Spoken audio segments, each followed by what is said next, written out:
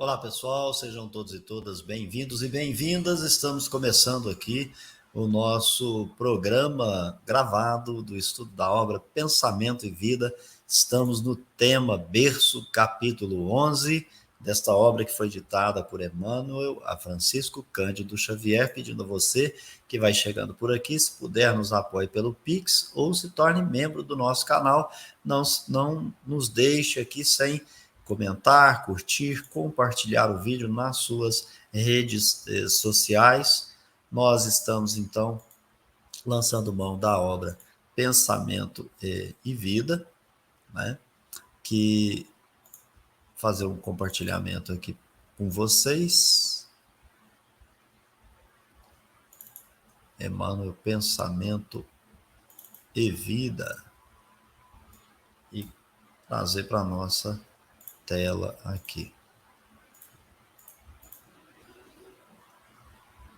Nosso tema, então, pessoal, é Berço, capítulo 11. Vamos fazer a nossa leitura e, em seguida, comentários. Vocês também participam, deixando o seu comentário no chat, quando da transmissão, ou logo após assistirem esse vídeo, deixem lá, após a descrição. Vou amar ver a opinião de vocês aí, o estudo e etc. Vamos, então, partindo desse capítulo 11, Berço, que vai para os assinantes depois de um tempo que ele fica aí na plataforma, e a gente disponibiliza para todos os inscritos do canal. Então, pessoal, o Emmanuel vai dizer o seguinte: excetuando-se os planos organizados para as obras especiais, em que espíritos missionários senhoreiam as reservas fisiológicas para a criação de reflexos da vida superior, entre os homens, impelindo-os à maior ascensão, todo berço de agora retrata o ontem que passou. O caminho que iniciamos em determinada existência é o prolongamento dos caminhos que percorremos naquela que a precederam. Esfalfa-se a investigação científica na Terra, estudando o continuismo biológico, núcleos de cromossomos e veículos citoplasmáticos, fatores de ambiente e genealogias familiares são chamados pelos geneticistas à equação dos problemas da origem natural, que de suas indagações surjam resultados notáveis, quais sejam aqueles que tangem aos caracteres morfológicos e às surpresas da adaptação. O escalpelo da observação humana, porém, não consegue por agora ultrapassar o recinto externo da constituição orgânica, detendo-se no exame da conformação e da estatura, da pigmentação e do grupo sanguíneo, alusivos à filiação corpórea, já que os meandros da hereditariedade psíquica são, por enquanto, quase que integralmente inacessíveis à sondagem da inteligência terrestre. E que as células germinais, por sementes vivas, reproduzem nossos clichês da consciência no trabalho impalpável da formação de um corpo novo. Na câmara uterina, o reflexo dominante de nossa individualidade impressiona a chapa fetal, ou o conjunto de princípios germinativos que nos forjam os alicerces do novo instrumento físico, nos selando a destinação para as tarefas que somos chamados a executar no mundo em certa cota de tempo. Nisso não vai qualquer exaltação ou determinismo absoluto, porque ninguém pode suprimir o livre-arbítrio com o qual articulamos as causas de sofrimento ou reparação em nossos destinos. Dentro do determinismo relativo em que marchamos para mais altas formas de emoção e pensamento, na conquista da liberdade suprema. Pelo transe da morte física, regressamos à vida maior com a soma de realizações que nem sempre são aquelas que deveramos efetuar. Em muitas circunstâncias, as imagens trazidas da permanência na carne são fantasmas temíveis nascidos de nossas próprias culpas, exigindo reajuste e pagamento, a modelarem para os nossos sentidos o inferno torturante em que se nos resolvem as queixas e as aflições. Eis, porém, que a justiça fiel, por misericórdia, concede o retorno para a bênção do reinício. Retomamos assim, através do berço, o contato direto com nossos credores e devedores para a liquidação dos débitos que contraímos, cujo balanço efetivo jaz devidamente contabilizado nas leis divinas. É desta maneira que comumente nascemos na terra, renascemos na terra segundo as nossas dívidas ou conforme as nossas necessidades, assimilando para esse fim a essência genética daqueles que se nos afinam com o modo de pensar e de ser. Os problemas da hereditariedade, em razão disso, descendem da regeneração. Aqui falta um pedacinho, né? Os problemas da hereditariedade, em razão disso, descendem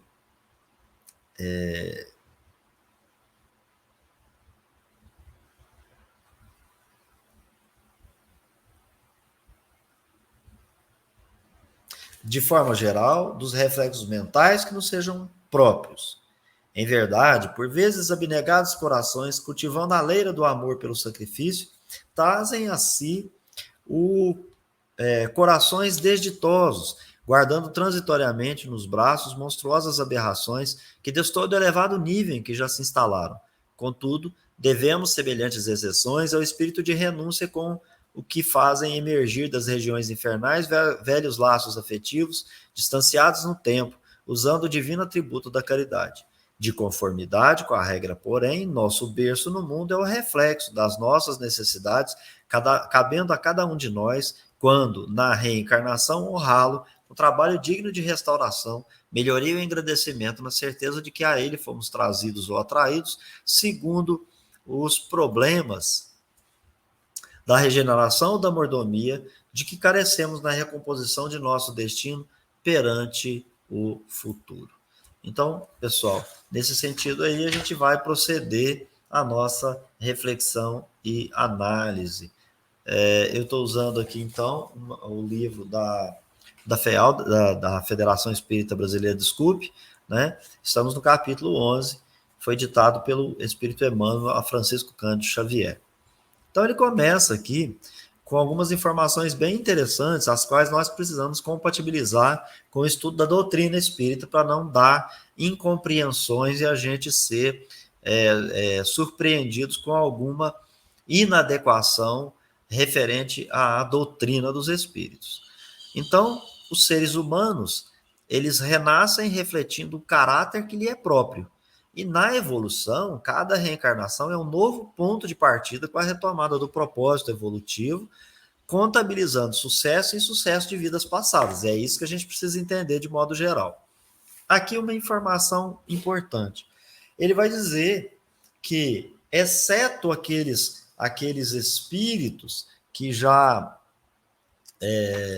aqueles espíritos que são os missionários, os demais não controlam a formação do seu corpo físico.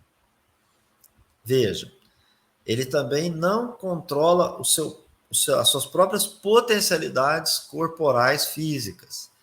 Então ele está dizendo, né, excetuando seus planos organizados para as obras especiais, então o espírito que vem com um propósito, por exemplo, como Jesus, então ele vai escolher corpo, ele vai escolher o local de nascimento, a família, e também ele vai ter todo o controle do seu organismo físico e das suas reservas biológicas ao longo da vida. Tá certo? Por quê? Porque o objetivo dele é vir cumprir uma missão em nome de Deus, vida superior, né? E aqui na Terra ele se tornar para nós um exemplo, um modelo, e, portanto, então, ele necessita ter todo o controle. E aí a gente precisa de um espírito, de fato, de uma envergadura que a gente desconhece e que seja missionário. Fora esses, a gente está falando dos seres comuns, dos que estão aqui na senda evolutiva. Todos esses, né, todos eles vão retratar o seu próprio caráter, que é construído ao longo das sucessivas reencarnações e que, quando você renasce, ele já é retratado no próprio berço, porque você está prosseguindo do ponto de partida anterior. Você tem um patrimônio adquirido e você chega com ele, e é ele que forma o seu caráter. Depois ele vai dizer que o início de cada reencarnação, ele na verdade não é mais do que um prolongamento de como uma continuação daquelas sucessivas reencarnações anteriores. Aí ele faz aqui um comentário. Nossa ciência se esforça excessivamente, então ele usou a palavra esfalfa-se, que é um esforço excessivo, né, para investigar o nosso continuismo biológico. E aí, então, ele vai investigar cromossomos, citoplasma, os fatores do ambiente que envolvem a formação do corpo físico, o seu desenvolvimento, a genealogia familiar, não é isso? E também verificar as características morfológicas, né, da minha forma física, e também aquelas surpresas de adaptação do nosso próprio corpo a determinadas atividades, a potencialidades físicas, né? Essa é a preocupação da ciência da Terra. Aí ele vai dizer: arranca-se os cabelos, né? A observação humana se escalpela, né? O escalpelo da observação humana, os seres humanos, né, para observar, estão arrancando os cabelos porque não consegue ultrapassar esse recinto do corpo físico. Fica só no corpo físico. E querem ultrapassar, mas não tem elementos, não conseguem. E também imagino eu que não está na hora disso, porque tudo vem ao tempo, hora e modo. Imaginemos assim, a gente precisa, de fato, utilizar nossas potencialidades do corpo físico, de modo que quando chegar o tempo necessário, aí sim a gente ultrapasse esse recinto do nosso corpo físico, para a gente, então, lançar a mão de estudar outras coisas que não, né? Como ele diz assim, né? Exame da conformação, da estatura, da cor de pele, do tipo sanguíneo, né?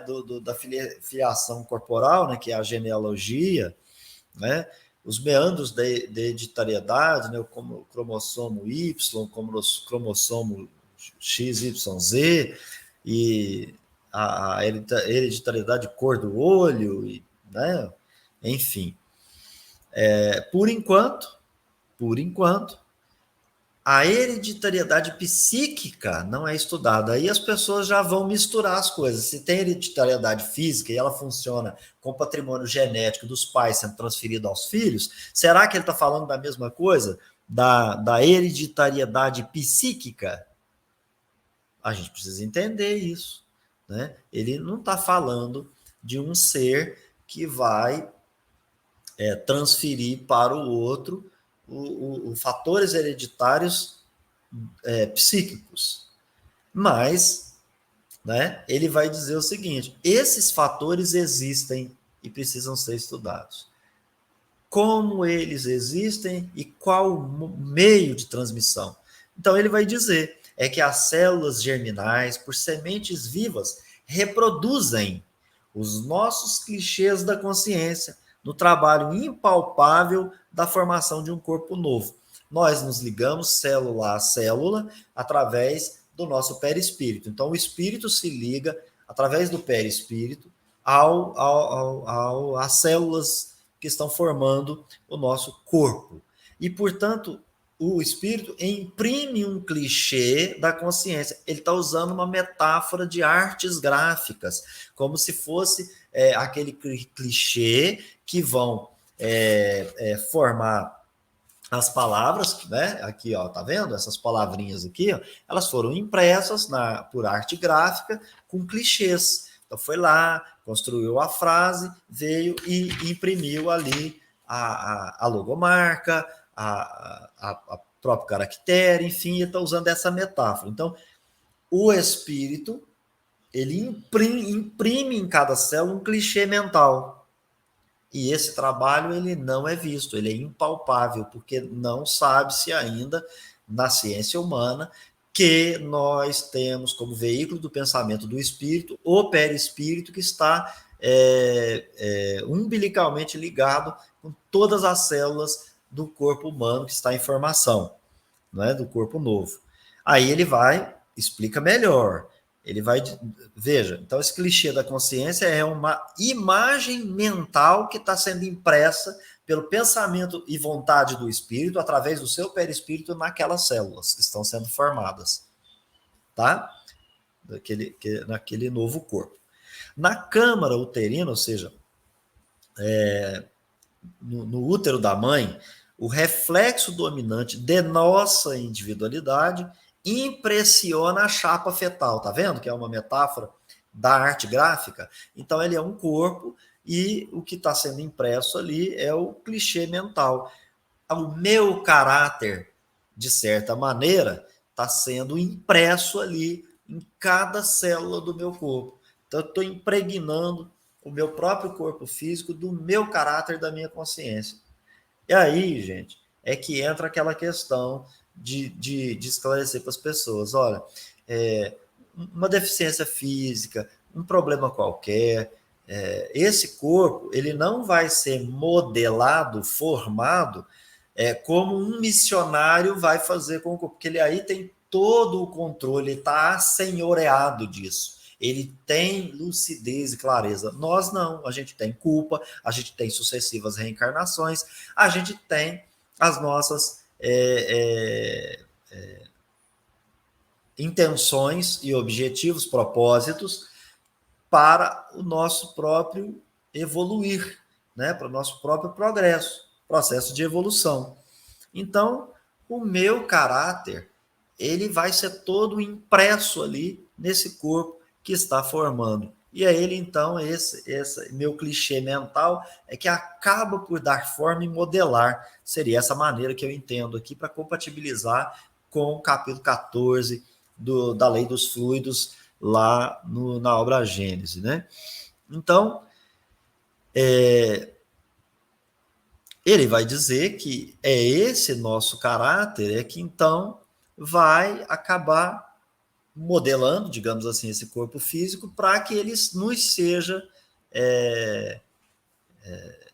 facultado o uso desse corpo para realizar as atividades daquele gênero de encarnação escolhida. Então, tudo aqui levando em consideração as reencarnações, o que eu quero aperfeiçoar, minha escolha de provas que eu fiz, etc. Aí ele dá uma informação extremamente interessante, que ele vai dizer assim, esse corpo vai ser usado num certa cota de tempo. Mas aí ele explica, ele falou assim, isso não quer dizer que nós estamos exaltando determinismo absoluto. O cara fala, vou viver 70 anos, 65, 80, 92, 91, 103. Não. Ele está dizendo que não é disso que se trata. Ele vai dizer assim, porque ninguém pode suprimir o livre-arbítrio. Então, mesmo que eu imprimir clichê mental do meu caráter que não é tão bom, não quer dizer que eu não consiga aqui, através dos meus esforços, melhorar, porque ele está dizendo, olha, não há como suprimir o livre-arbítrio. E é o nosso livre-arbítrio, são as nossas escolhas que vão determinar, vão articular as causas, ou do nosso sofrimento, ou da reparação, né? E isso influencia nesse tempo de encarnação, no uso do corpo físico, né? no destino que nós vamos dar para aquele gênero de encarnação escolhido. Então, não há nada de determinismo. Ele deixou bem claro, apesar de ter falado algo que pode ser mal interpretado. Ora, ele também diz que há um determinismo relativo, porque os espíritos estão sujeitos às leis universais, divinas. Então, quando é que, de fato, eu não estou mais sobre a égide de um determinismo de leis, ou seja, eu ajo equivocadamente, sofro a consequência. Os espíritos puros, eles já não agem mais equivocadamente, eles só agem corretamente. Então, eles não sofrem nenhuma repercussão das leis, né? Muito pelo contrário, eles estão em conformidade com elas. E aí ele vai dizer que nessa situação a gente conquistou a liberdade suprema. Depois ele então esclarece que pela morte física, né, o trânsito da morte física, regressamos à vida maior. Então, há um período de perturbação e a gente volta para o mundo espiritual. Qual patrimônio que eu levo? O que eu realizei, né? Mas tudo que eu realizei é o que eu deveria realizar? Não, eu chego lá e percebo que eu me equivoquei mais ainda, que eu fiz coisa que eu não deveria ter feito, que eu vim para fazer algo que eu acabei não fazendo, não resolvendo. Ora, em muitas circunstâncias, as imagens trazidas da permanência na carne são fantasmas temíveis, nascidos de nossas próprias culpas. Então, eu tenho pouco conhecimento, tenho muita ilusão, e aí eu crio com essa culpa, com todo esse sofrimento moral, eu então crio esses fantasmas temíveis para mim mesmo. Mas ele é fruto da culpa de não ter eu atingido o objetivo a que eu me propus na escolha de provas. E aí isso, ele vai usar essa expressão, exige reajuste e pagamento. Por isso que ele diz que para os missionários a coisa funciona de um jeito e para os espíritos comuns que estão no processo evolutivo de outro. Então, você tem culpa, e a culpa, esse sofrimento moral, existe um reajuste. Pagamento por quê? Porque a sua consciência, onde estão gravadas as leis divinas, te cobra.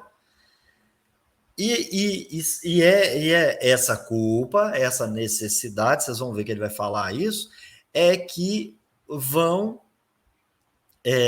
modelar para o nosso sentido o inferno torturante, em que se nos revolvem as queixas e aflições. Então, eu estou focado ali naquele meu problema, naquela minha imperfeição, estou focado naquela minha culpa, e isso tudo, essa necessidade, ela acaba por dar forma para esse sofrimento moral, por isso que ele falou inferno torturante. E ali eu estou queixoso, eu estou com aflição, porque eu sou orgulhoso, eu sou egoísta, Deus não podia ter feito isso comigo, e eu crio um inferno. E ele está falando isso a nível de retorno para o mundo espiritual. Aí ele também esclarece que a misericórdia, a justiça de Deus permite o espírito que ele não vai ficar para a eternidade lá sofrendo. Não, ele tem uma nova oportunidade, então ele vem para uma reencarnação. Ora, aí o que acontece? A gente vai retomar daquele ponto de partida que a gente tinha um propósito evolutivo, a gente conseguiu parte, errou em parte, equivocou em outras situações, mas a gente retoma aquele propósito evolutivo e tem um novo ponto de partida. Ora, foi contabilizado para mim, obviamente, meu sucesso e meu insucesso, mas quem contabilizou? Eu mesmo, com a lei divina gravada na minha consciência. Eu sei o bem e o mal que eu fiz, e agora eu quero evoluir, eu tenho essa necessidade. Então eu vou ter uma reencarnação, tenho um novo berço, retomo assim o contato direto. Aí ele usa a expressão, contato direto com nossos credores e devedores. Não é de credor e devedor como nós entendemos. Ora, nós somos pessoas simpáticas para muito espírito, antipáticas para uma infinidade e neutros para uma outra série. Então, nós estamos diante desses espíritos encarnados e desencarnados. Todos eles dizendo assim, credores e devedores, porque na relação social fiz o bem e fiz o mal. É nesse sentido que ele quer dizer. Está usando uma metáfora, uma expressão metafórica. E quando ele vai usar a contabilidade, que vai dizer assim, para a liquidação dos débitos contraídos, cujo balanço efetivo jaz devidamente contabilizado nas leis divinas. Então, aqui você tem que compatibilizar isso. Como é que eu sei do erro e do equívoco? Eu infringi a lei. Eu não tenho que fazer o bem? Se eu fiz o mal, estou infringindo uma lei divina. Se eu podia ajudar e tinha condição de ajudar e não ajudei, infringi a lei divina. Se eu devia ter perdoado e eu não perdoei, eu infringi uma lei divina. Se eu tenho que ser indulgente com o meu próximo e eu não fui, eu infringi uma lei divina. E por aí vai. Ora, e isso tudo, por que ele usa a conta de débitos contraídos e que está contabilizado? Porque está na minha consciência, sou eu agora que quero evoluir, portanto eu quero reparar. Aí ele vai dizer assim, e desta maneira que comumente que é comum, renascemos na Terra.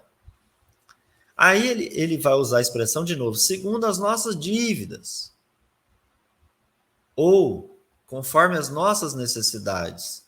Tá vendo que aí já começa a explicar?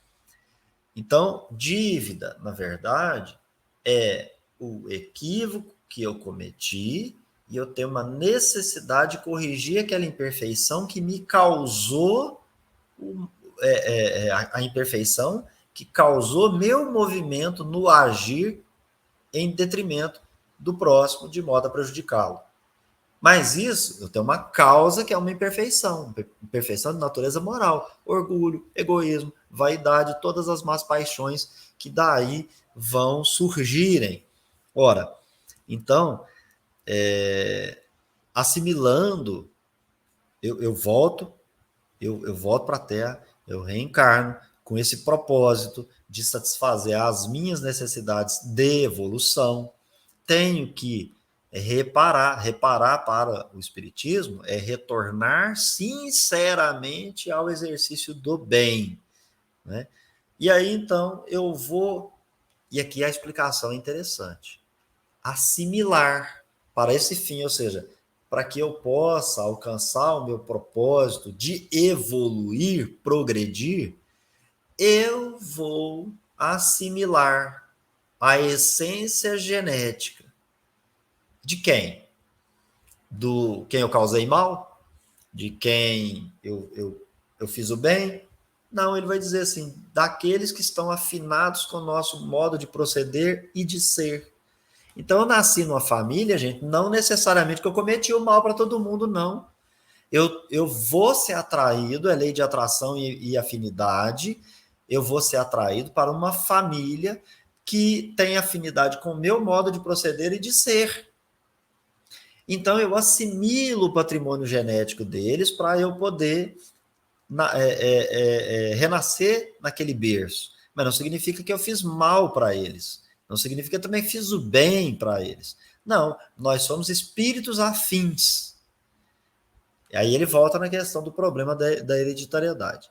Os problemas da hereditariedade, em razão disso, descendem, de forma geral, dos reflexos mentais que nos sejam próprios.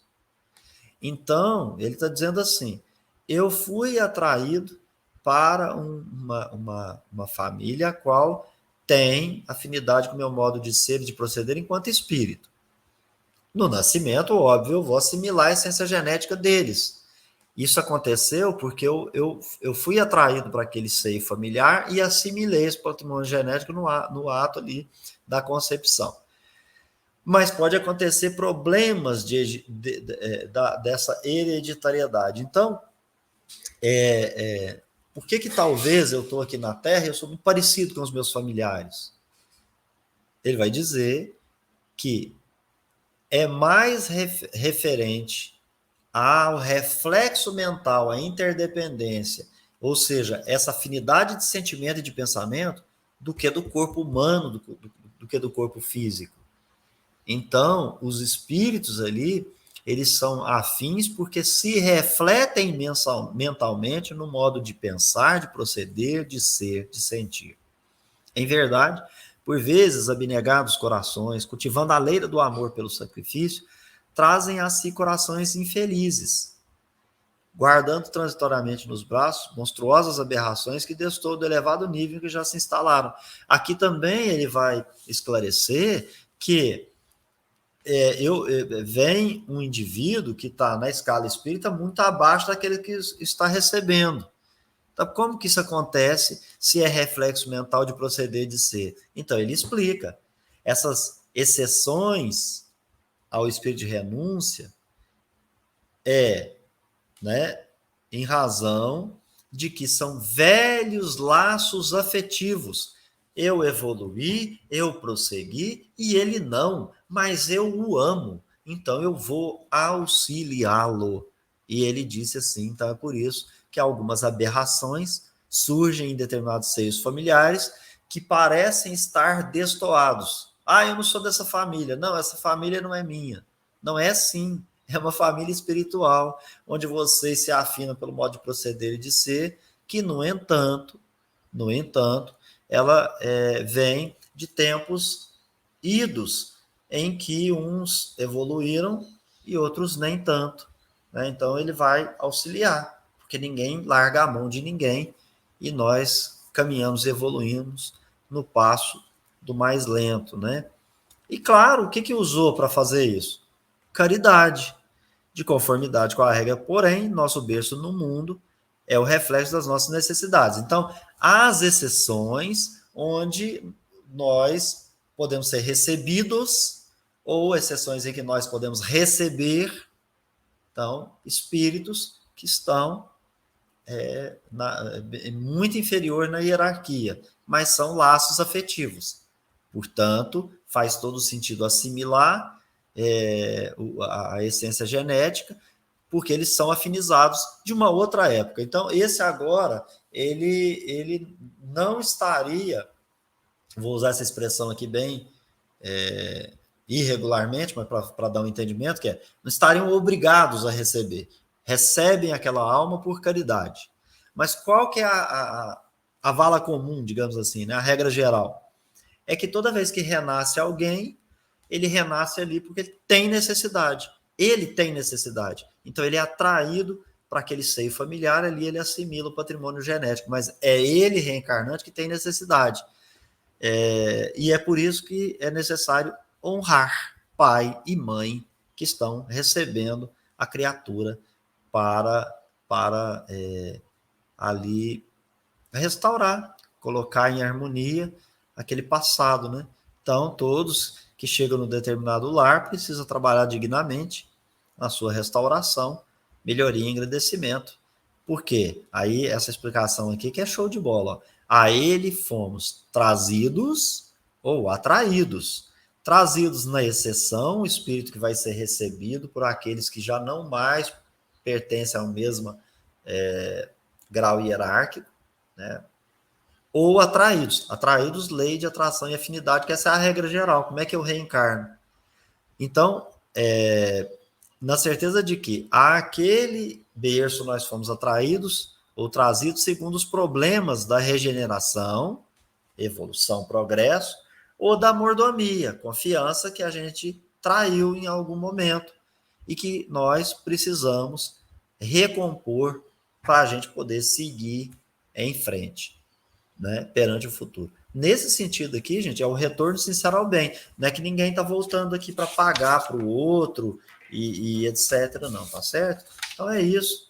Honrar pai e mãe, tá lá no Evangelho segundo o Espiritismo, para quem quiser dar uma olhadinha lá, tá certo? Espero que vocês tenham gostado aí desse nosso encontro, dessas nossas palavras aí, o que nós trouxemos para compartilhamento.